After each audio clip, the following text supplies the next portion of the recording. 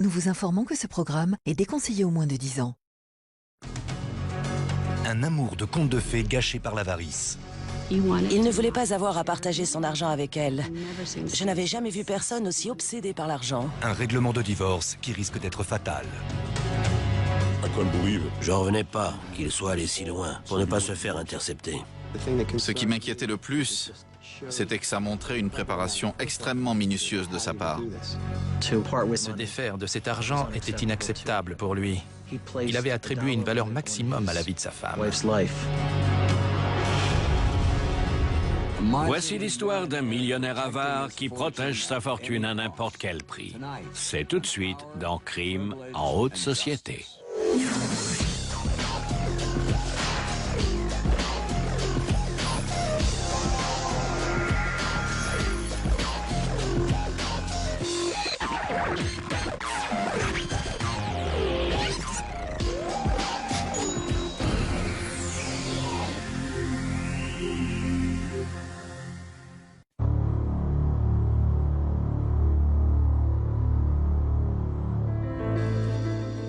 L'après-midi du 28 mars 2001, deux policiers en planque dans un véhicule de surveillance filment l'homme d'affaires millionnaire Joel Sandler sur le parking du complexe commercial King of Prussia à l'extérieur de Philadelphie.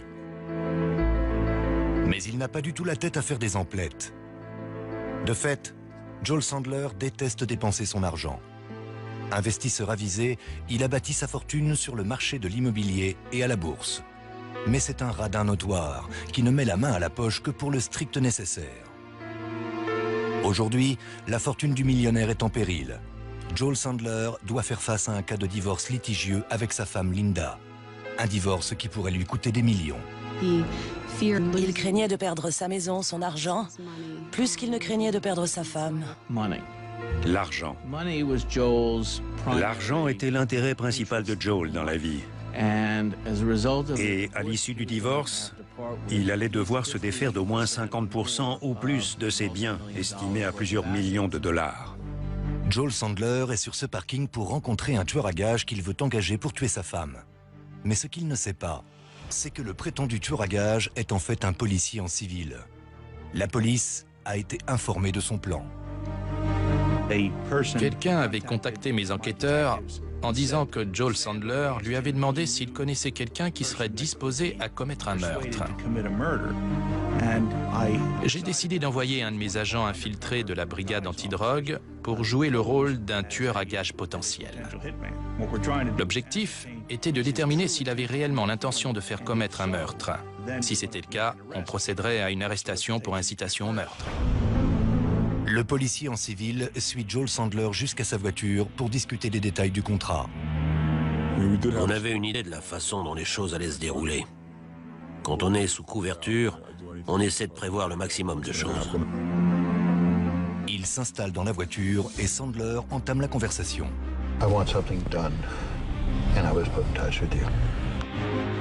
La police semble maintenant détenir l'enregistrement de Joel Sandler en train d'engager un tueur.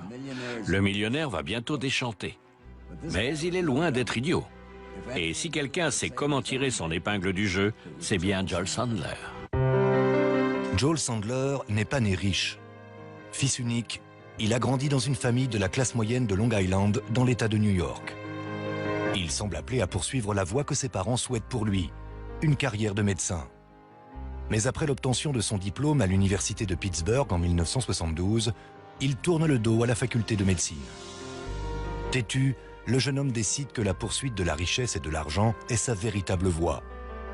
Cette même année, tout en cherchant le chemin de la fortune, Sandler rencontre l'amour de sa vie.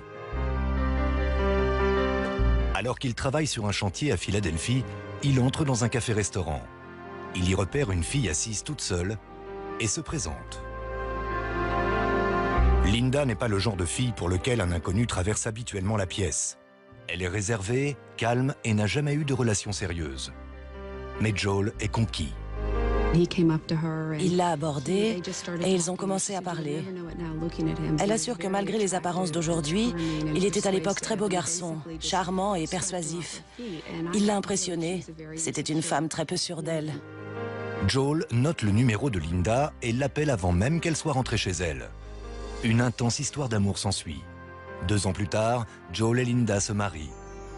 2 enfants naissent bientôt. Joel Sandler semble avoir une famille parfaite et il décroche bientôt le travail parfait. Courtier à la banque Merrill Lynch, à côté de Philadelphie. Le monde de la haute finance va comme un gant à l'ambitieux jeune homme. Talentueux et avisé, Sandler s'avère être un courtier aux dents longues, avec un bon instinct financier. Rapidement, son salaire annuel s'élève à plus de 150 000 $. Mais l'obsession aveugle pour l'argent du jeune courtier lui vaut bien peu d'amis à la Merrill Lynch. Plusieurs collègues s'étant plaints de ses manières trop mordantes, son patron fait en sorte de le transférer à un autre bureau. Il voulait emporter son portefeuille de clients. Son patron ne voulait pas. D'après Linda, il a menacé de tuer son patron. Alors ils l'ont licencié au lieu de le transférer. Ce qui le guide avant tout est un besoin de maîtriser tout et tout le monde autour de lui. Et quand il perd cette maîtrise, il rentre en furie. Joel Sandler ne perd pas seulement son travail, mais aussi sa réputation. Dans le milieu des banques d'affaires, personne ne veut l'engager. Mais en 1978, il obtient une place dans une entreprise d'immobilier haut de gamme et commence à négocier des investissements pour des familles aisées et des grandes sociétés. Le boom de l'immobilier des années 80 propulse rapidement les revenus annuels de Sandler à plus de 500 000 $. La vie de Joel Sandler dans les années 80 était très confortable. Il amassait de véritables fortunes grâce à de gros contrats et aux paradis fiscaux. Il était très bon dans ce qu'il faisait, notamment pour monter ses gros contrats immobiliers. Il a gagné beaucoup d'argent. Devenu riche, Joel Sandler fait l'acquisition en 1985 d'une maison de 500 000 $ à Bryn Mawr en Pennsylvanie. Il s'agit d'un des secteurs les plus luxueux autour de Philadelphie, appelé la Main Line. Sandler rebaptise sa nouvelle propriété The Gables. La Main Line est l'une des zones les plus riches de l'État et de tous les États-Unis. Les Sandler vivaient dans l'une des zones les plus prestigieuses dans les environs de Philadelphie. Ils ne vivaient pas dans une maison, mais dans un manoir. Joel Sandler s'était construit la vie dont tout le monde rêvait. Il gagnait des millions de dollars. Il avait une femme, 2 merveilleux enfants, une demeure magnifique. Il avait tout. Le Main Line à Philadelphie est un endroit pour ceux qui possèdent et ceux qui possèdent encore plus. De l'extérieur de cette propriété parfaitement entretenue, les Sandler semblent à leur place. Mais derrière l'imposante façade des Gables se trame un drame. En 1985, Joel Sandler semble tout avoir. Des millions à la banque, une maison impressionnante, une superbe épouse et 2 enfants épanouis. Une vie apparemment très enviable. Ça ressemblait au foyer idéal. La fille était patineuse artistique, le fils jouait au tennis, un excellent niveau. La mère était institutrice. Le père faisait ses affaires dans le privé. Il vivait dans une demeure magnifique de la Main Line, l'un des secteurs les plus cossus du pays. Une vie bien remplie. Mais Joel Sandler ne sait pas profiter de sa richesse et de ses privilèges nouvellement acquis. Son obsession pour l'argent ne fait que s'aggraver. Joel Sandler était le millionnaire le plus pingre qu'on puisse imaginer. On plaisante sur les gens près de leurs sous, mais lui poussait cela à l'extrême. Il éteignait l'eau chaude de la maison si quelqu'un prenait une douche trop longue, obsédé par le moindre dollar. Il prenait des abonnements gratuits à des journaux, et dès que les abonnements arrivaient à leur fin, il changeait de journal. Ou il faisait le plein à une station-service et partait sans payer. Il était économe, au point que vous pouviez croire qu'il n'avait pas d'argent, qu'il était pauvre, sans ressources. L'hiver, il n'allume pas le chauffage et oblige sa famille à se blottir devant la cheminée pour se réchauffer. On peut trouver cela banal, mais on raconte aussi qu'il urine dans un récipient qu'il jette ensuite par la fenêtre afin de réduire sa facture d'eau. La situation financière familiale va pourtant bientôt connaître une grave crise. En 1991, les niches fiscales qui ont permis à Joel Sandler de gagner des fortunes en signant de juteux contrats immobiliers sont supprimées. Fini le salaire annuel à 500 000 $. Joel a besoin d'un nouveau boulot. Toujours aussi entreprenant, il crée sa propre société de courtage, Sandler et Associés. Mais il n'y a pas d'associé. Il est le seul employé. Il sait y faire avec l'argent, mais pas avec les gens. Et attirer les clients est une tâche difficile. Je crois qu'il n'y est pas arrivé car il était bizarre, il faisait peur. Il vous fixait intensément. Il était sinistre, maussade. Il dégageait vraiment quelque chose de déplaisant. Je n'aurais pas aimé travailler avec quelqu'un comme ça. Sandler et Associés, c'était M. Sandler qui travaillait seul dans un sous-sol, à côté de sa maison. Il continuait à signer des contrats. Il opérait comme courtier. Il gagnait même encore de l'argent, mais de façon beaucoup plus limitée. En 1992, prêt à tout pour continuer à faire entrer l'argent, Joel Sandler commence à investir dans l'immobilier à travers tout le pays, tout en s'adonnant au day trading à la bourse. Il a toujours le don pour tout transformer en or. L'insatiable millionnaire amasse tranquillement une fortune, mais il ne dit à personne combien il gagne, même pas à sa femme. Linda était une maîtresse de maison traditionnelle qui s'occupait de ses 2 enfants. Et elle ne savait pas grand-chose des histoires financières. Les nouveaux investissements de Joel Sandler sont extrêmement instables. Jouer à la bourse implique un risque énorme.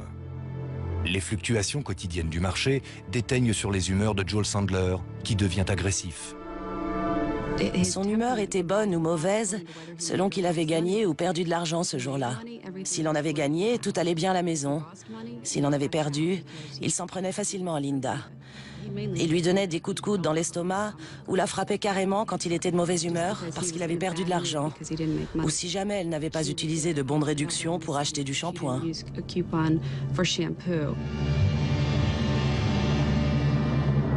Le comportement de Joel ne fait qu'empirer.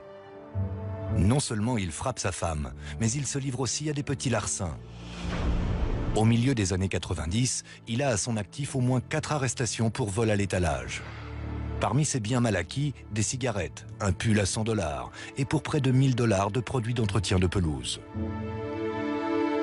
Un jour, il refuse de payer à un peintre en bâtiment le montant convenu. Quand le peintre lui dit « il va falloir faire les comptes », Joel Sandler répond « le seul compte que j'ai est à la banque ». À l'été 1998, les investissements de Joel Sandler commencent à stagner. L'argent qui coulait à flot s'est quasiment tari. La frustration de Joel atteint son paroxysme et il déverse sa colère sur Linda. À mesure que sa situation financière empirait, il devenait de plus en plus violent avec elle. Ça a été l'escalade jusqu'en septembre 1998. Il l'a attrapée et l'a jetée à travers la pièce. Elle a compris qu'elle devait absolument partir de là. Ça allait de mal en pire. Ça a été la goutte d'eau qui a fait déborder le vase et qui a mis un terme à leur mariage. Elle a alors quitté le domicile conjugal. Linda Sandler se sent terriblement en danger. Elle trouve refuge dans la résidence familiale en bord de mer dans le New Jersey et intente une action en divorce. Avant toute chose, elle cherchait à retrouver une tranquillité en se séparant et en divorçant de Joel. C'était le plus important. Mais elle voulait également une bonne part de leurs biens et Joel devait pour cela se défaire d'une partie de son argent. Linda en a maintenant, après ce que son mari chérit plus que tout au monde, son compte en banque. Il peut renoncer à son mariage, mais Joel Sandler va s'accrocher à sa fortune à tout prix. En septembre 1998, après presque 25 années de mariage, Linda Sandler en a assez. Elle fuit la demeure familiale sur la Main Line et lance une procédure de divorce. Elle aspire à obtenir plus de la moitié des biens du couple, évalués à 4,5 millions de dollars. Mais Joel Sandler n'est pas disposé à lui céder un sou sans batailler. Un divorce est rarement une partie de plaisir, mais celui-là s'est particulièrement envenimé du fait de la pingrerie de Joel Sandler, pour qui l'argent représentait tout. Elle pouvait légitimement prétendre à une grande partie de leurs biens, et ça le perturbait bien plus que d'avoir été quittée. Elle allait lui prendre son argent. Joel ne coopérait d'aucune façon à un possible arrangement permettant à Linda de récupérer une partie des biens. Il a totalement ignoré nos propositions d'arrangement. Il n'a fait aucune contre-proposition. Il était évident que Joel ne tenait absolument pas à partager les biens avec Linda. Mais perdre son argent dans un divorce n'est pas le seul motif de crainte pour Joel Sandler. Tout en boursicotant pendant les années 90 et en amassant une petite fortune, l'avide millionnaire a joué avec le feu vis-à-vis du fisc. Il ne paye pas d'impôt sur le revenu depuis plus de 3 ans.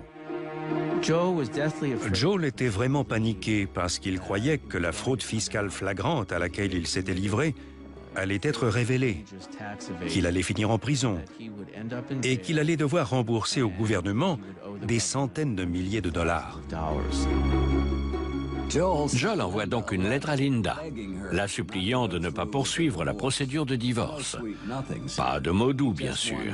Tout ce qu'il veut, c'est éviter que la fortune familiale finisse dans la poche du fisc. Linda n'est pas franchement touchée par cette lettre. Linda vit dans la propriété du couple sur la côte, dans le New Jersey, avec sa fille. Elle en vient vite à croire que Joel la suit. Sa volonté de tout contrôler est vraiment ressortie une fois que Linda l'a quitté. Une fois, les pneus de sa voiture ont été crevés près de la plage. Et lors d'une confrontation dans un restaurant, il a fallu appeler la police parce qu'il l'avait menacée. Joel l'appelait constamment. Et c'est certainement lui qui est allé à la maison au bord de la mer et a fait changer les serrures. Il a fallu déposer une demande en urgence pour que Linda soit considérée comme la seule propriétaire de la maison, pour lui garantir la tranquillité, loin de Joel. Un jour, à la maison de la plage, Linda et sa fille se trouvaient dans l'ascenseur pour monter à leur appartement. Et il y avait dans l'ascenseur une très forte odeur de cigarette. Or, M. Sandler était un gros fumeur. Sa fille a donc immédiatement deviné qu'il avait pris cet ascenseur juste avant elle. Linda avait de plus en plus peur, même en vivant à 110 ou 130 km de lui. Il avait le bras long et il était obsédé. Et cette traque s'est intensifiée au point qu'elle a commencé à sentir que sa vie était en danger. Alors elle a décidé de disparaître. En février 2001, presque 2 ans après avoir quitté son mari, Linda Sandler plie bagage une fois de plus et disparaît.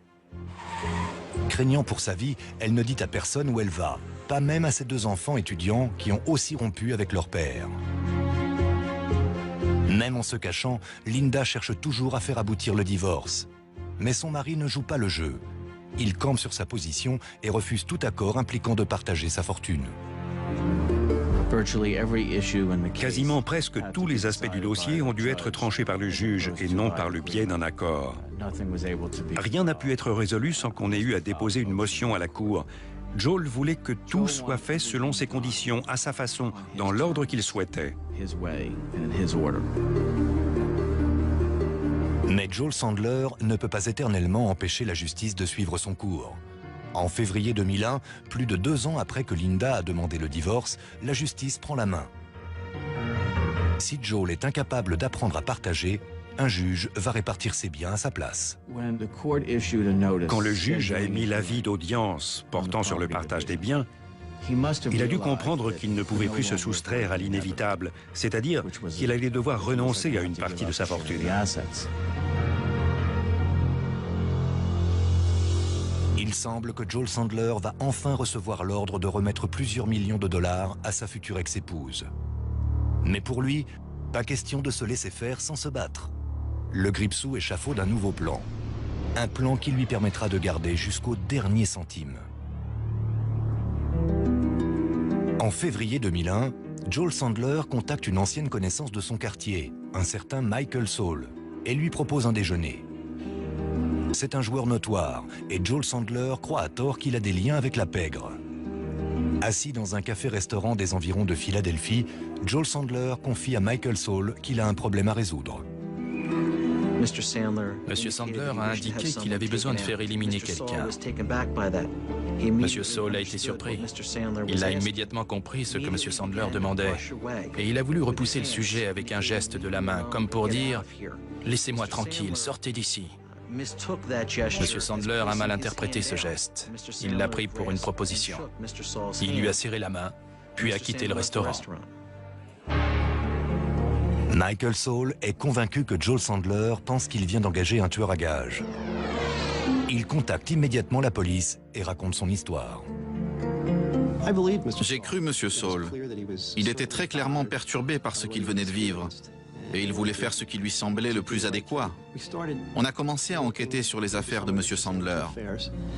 De nombreux éléments indiquaient que c'était une affaire potentiellement problématique.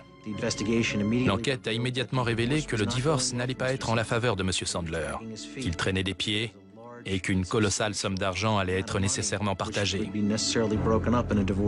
On a très vite compris qu'il fallait qu'on réagisse.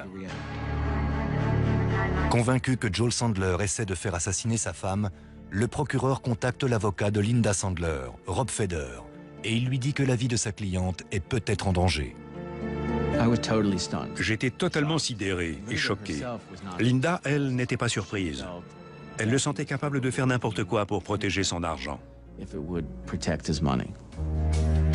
Mais la police n'a pas la preuve que Sandler cherche à faire tuer sa femme. Tant qu'elle ne dispose pas d'éléments concrets, elle ne peut pas agir. On a réfléchi à toutes les options qui s'offraient à nous. On n'en avait que deux. Soit on allait frapper à sa porte et on lui disait « Bonjour, monsieur Sandler, ne tuez pas votre femme. Si c'est ce que vous avez en tête, ce n'est pas une bonne idée. » Soit, et c'est la solution qu'on a privilégiée, on lui laissait une marge de manœuvre et on attendait de voir.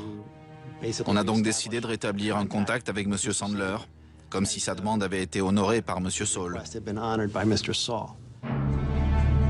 À la mi-mars 2001, les enquêteurs envoient une lettre à Joel Sandler qui dit « Quelqu'un va vous contacter, ne me demandez plus jamais rien ». La lettre est signée d'un M majuscule, du prénom de l'ancien voisin de Sandler, Michael Saul. Joel reçoit donc ensuite un coup de téléphone d'un homme lui proposant de l'aider à résoudre son problème. Il fixe un rendez-vous. Joel Sandler mord à l'hameçon de la police. Mais c'est un gros poisson, plus difficile à remonter que ce qu'ils auraient imaginé. Fin mars 2001, le millionnaire Joel Sandler est persuadé de pouvoir obtenir l'accord de divorce parfait. Il va pouvoir garder sa somptueuse demeure et ses millions en liquide. Tout cela au prix de la vie de Linda. Mais ce qu'il ne sait pas, c'est que le tueur à gages qu'il va rencontrer est en réalité un flic en civil. La police se rapproche. L'objectif premier dans ce genre d'enquête est la protection du public, et en particulier de la personne visée. Ce qui nous inquiétait le plus, c'était que M. Sandler était encore libre de ses mouvements et qu'on ne savait pas ce qu'il faisait. Notre stratégie était donc d'intervenir le plus rapidement possible afin de pouvoir procéder à une arrestation. La police pense que Joel Sandler va tomber dans le piège. Son temps est maintenant compté. Mais cet homme a plus d'un tour dans son sac. Comme la police va bientôt le découvrir. Le 28 mars 2001, des policiers en civil et un véhicule de surveillance s'installent sur le parking du complexe commercial King of Prussia, en lisière de Philadelphie. L'objectif de cette rencontre était de recueillir le plus d'informations possible sur l'identité de sa cible, sur la mission qu'il envisageait de confier et de savoir s'il était sûr de ce qu'il voulait faire. C'était sûr qu'il me rencontrait pour me demander de tuer quelqu'un. L'équipe est prête à faire face à Joel Sandler. Peu après 15 heures, un flic équipé d'un magnétophone rencontre Sandler dans un restaurant. Il veut non seulement que Sandler parle, mais il veut qu'il le fasse à l'extérieur, à portée des caméras de surveillance de la police. En entrant, je l'ai vu, habillé de façon informelle. Et j'ai tout de suite compris qu'il avait son propre plan en tête. J'avais mon plan, il avait le sien. Je devais donc le faire sortir du restaurant. Joe? What's up? Now come here, I'll talk to you later. I'm not meeting with you in a public place like this. We'll go sit in the car. I'm not doing this. We said we were meeting here. So we meet outside. You're not changing the thing up. I know you do. I don't want to be videoed out there or anything like that. Well, I don't want a bar. I don't want a bar full of people saying that they saw you with me. There'll be nobody that'll do it. I want to sit at a table and talk to you. I'll sit. I don't do things this way. I don't do things this way. This is goofy. This is stupid. I thought you were on the up and up. I'm not playing games, man. Il fallait que je l'oblige à sortir. J'ai fini par dire « Je m'en vais, ça va pas marcher ». Et il m'a retenu. Joel Sandler accepte de poursuivre la conversation dans sa voiture. Mais une fois dans la voiture, il révèle une énorme surprise. I want something done.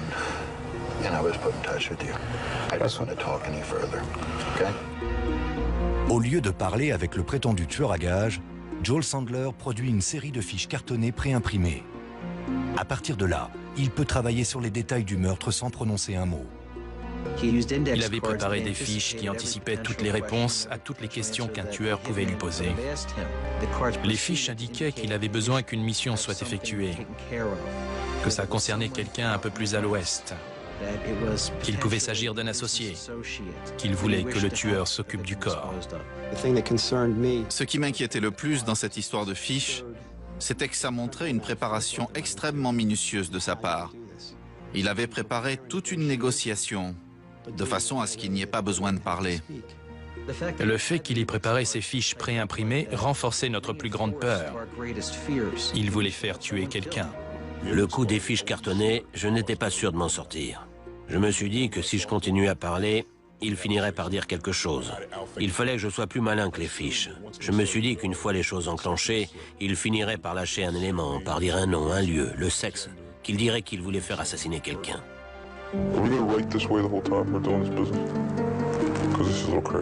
On était assis dans la voiture et il continuait à sortir des fiches et encore des fiches. J'en voyais pas le bout.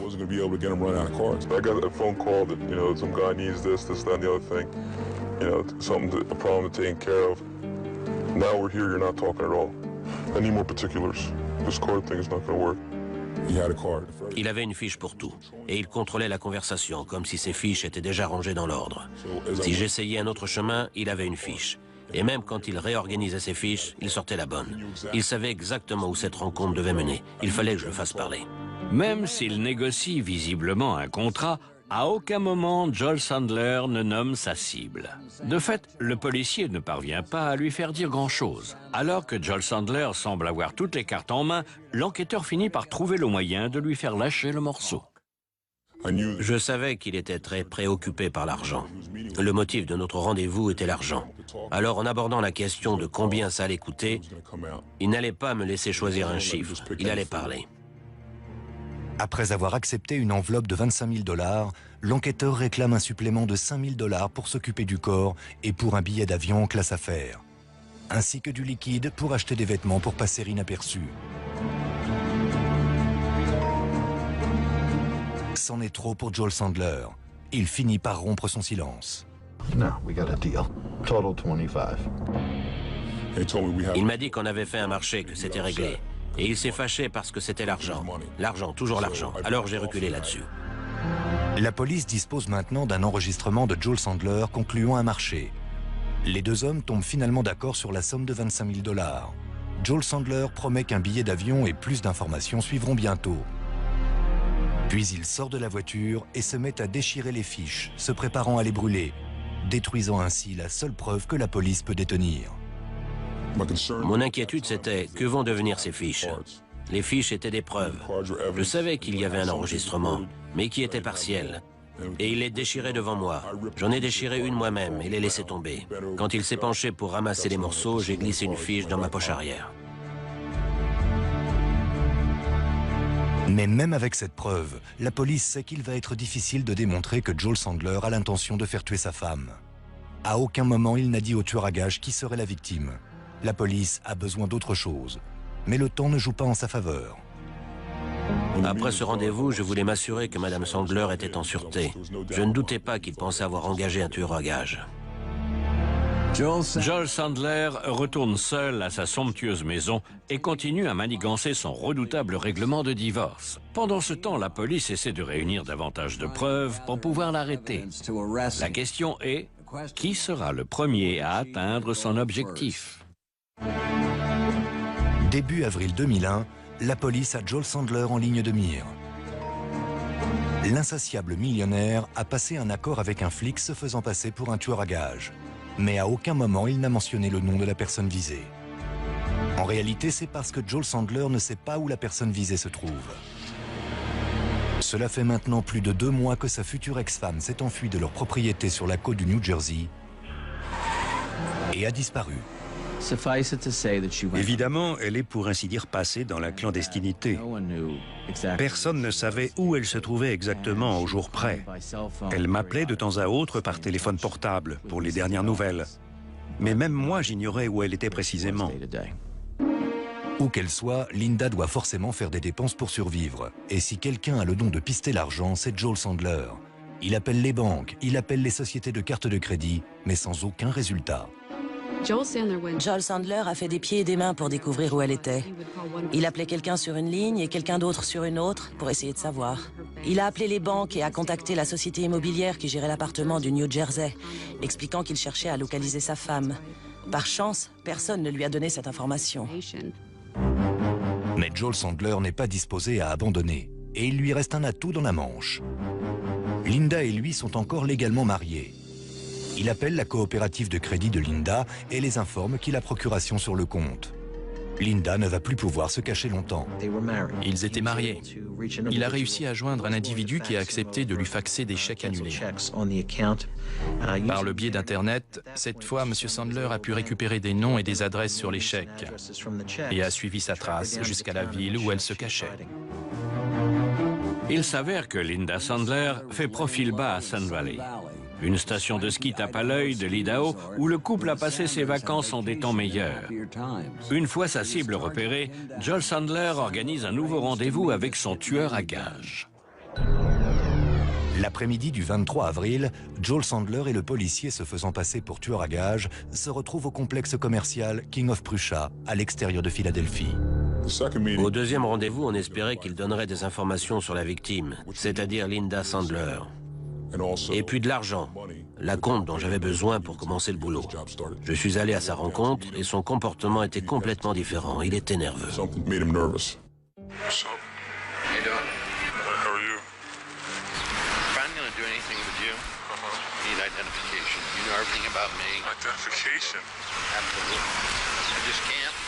What do you mean? What do you mean identification? I need. You want me to give you my real name and everything? Absolutely, you know everything about me, kid. I'm not going anywhere with you. That's for sure. I'm dead meat. I need birth certificate, driver's license, photo ID. I need that stuff. I can't go any further. I don't know if you're an undercover policeman. Well, that's I don't know that about you either. But you do know who I am, you do know what I look like, you do know where I live, you do know my phone number. I have a license. I'll show you a license and that's it. A driver's license? Driver's license. That'd be a fake ID. So what do you... All right, this is ridiculous. All right. Let's hold off. Later. Yep. Joel Sandler panique. Les enquêteurs espèrent être en mesure de le pincer tout de suite, maintenant qu'il a pris l'avantage sur eux. Quelqu'un a-t-il fait tomber les masques? Ou l'infatigable chercheur de bonnes affaires a-t-il trouvé un tueur moins cher? La vie de Linda Sandler est gravement en danger et leur tourne. Quand il s'est éloigné cette fois-là, je n'avais plus aucun doute sur son plan de faire tuer sa femme. Ça n'allait pas se faire le jour même. Ça pouvait être 2 semaines plus tard. Mais il ne perdrait pas cet argent. Et s'il était allé aussi loin, il recommencerait. Il fallait l'arrêter. Le procureur est un peu gêné aux entournures. Il n'a pas un dossier solide à l'encontre de Joel Sandler, mais s'il attend de réunir davantage de preuves, Linda peut très bien être retrouvée morte. Là, il a fallu se décider. Au moment où il a quitté le second rendez-vous, y avait-il assez de preuves d'incitation au meurtre pour qu'on puisse continuer? Notre principale préoccupation est toujours la sécurité de la victime. Joel Sandler était libre et pouvait potentiellement engager un autre tueur à gages. Chaque heure qu'il passait en liberté menaçait la vie de cette femme. Et je ne pouvais pas permettre ça. Le procureur, Bruce Castor, décide qu'il y a suffisamment de preuves pour lancer la procédure. Et il donne l'ordre d'arrêter Joel Sandler pour incitation au meurtre. Le 26 avril 2001, la police entre sur le domaine des Gables, la résidence huppée de Joel Sandler, et l'arrête. Il n'a rien vu venir. Il avait l'air sous le choc. Il a pâli. Et puis, il est devenu très agité. Il était vraiment surpris. Il a ouvert la porte et a vu un rassemblement de policiers et de véhicules de police. On l'a pris complètement par surprise. C'est un homme qui était habitué à obtenir tout ce qu'il voulait. Il n'en revenait pas d'avoir été dupé, de voir la police entrer chez lui et de pouvoir être arrêté. Joel Sandler a été arrêté. Mais l'accusation tiendra-t-elle? Le procureur a du pain sur la planche. Rappelez-vous, l'astucieux millionnaire n'a jamais dit qu'il voulait faire tuer sa femme. L'arrestation de Joel Sandler fait la une de la presse dans tout Philadelphie. L'histoire d'un millionnaire de la Main Line si radin qu'il préfère tuer sa femme plutôt que de verser une pension alimentaire provoque un tourbillon médiatique. L'histoire était assez intéressante en elle-même, mais quand on a su qu'il avait été arrêté pour 4 vols à l'étalage, on a compris qu'il était plus qu'un millionnaire arrogant qui essayait de tuer sa femme. La pingrerie, le mal qu'il était capable de se donner pour économiser de l'argent, bafouer la loi et ne pas payer, était vraiment hors du commun. Quand le juge demande à Joel Sandler quelle caution il est en mesure de verser, celui-ci répond 25 000 $, le même montant qu'il a prévu de débourser pour faire tuer sa femme. Apparemment, il n'a pas prévu de dépenser un centime de plus. Le juge lui refuse la liberté sous caution. Depuis le début, on savait que ce n'était pas une affaire simple. Rien ne coulait de source. On n'avait pas d'enregistrement compromettant.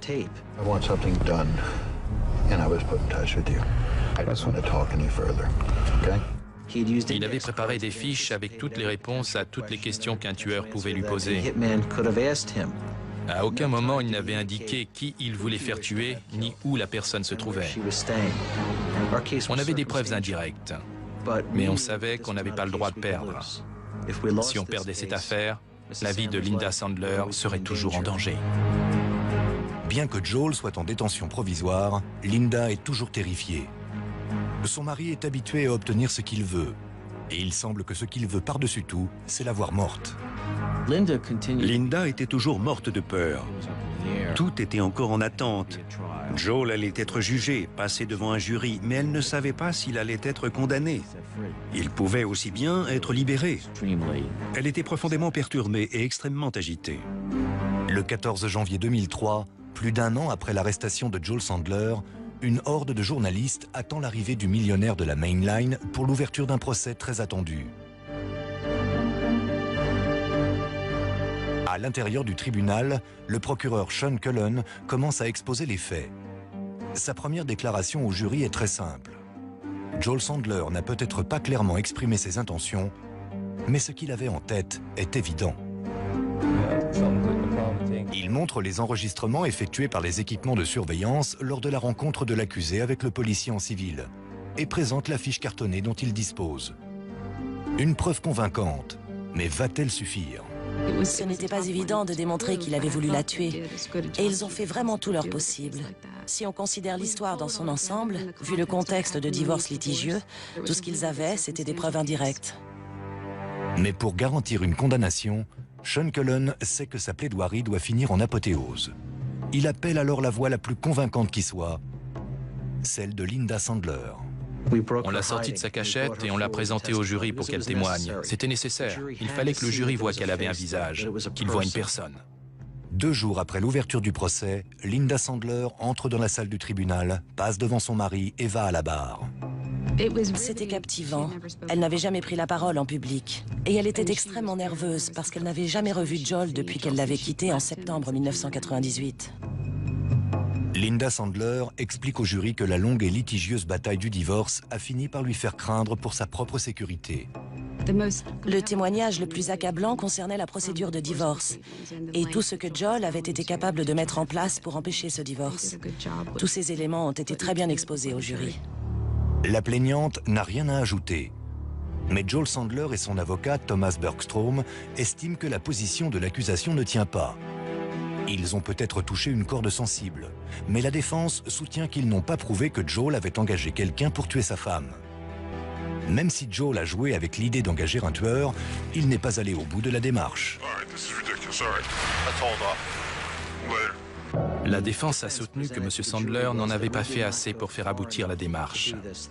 Il n'avait pas donné assez d'informations pour réellement demander à qui que ce soit de commettre un meurtre.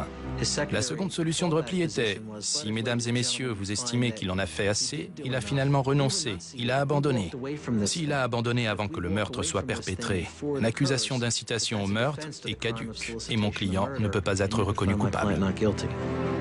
Mais Sean Cullen est fermement décidé à prouver que Joel Sandler n'a jamais abandonné l'idée du meurtre. Dans son réquisitoire final, le procureur repasse au jury l'enregistrement de la seule affirmation faite par Joel Sandler au policier en civil. Une affirmation qu'il lâche accidentellement quand le prétendu tueur commence à marchander les honoraires.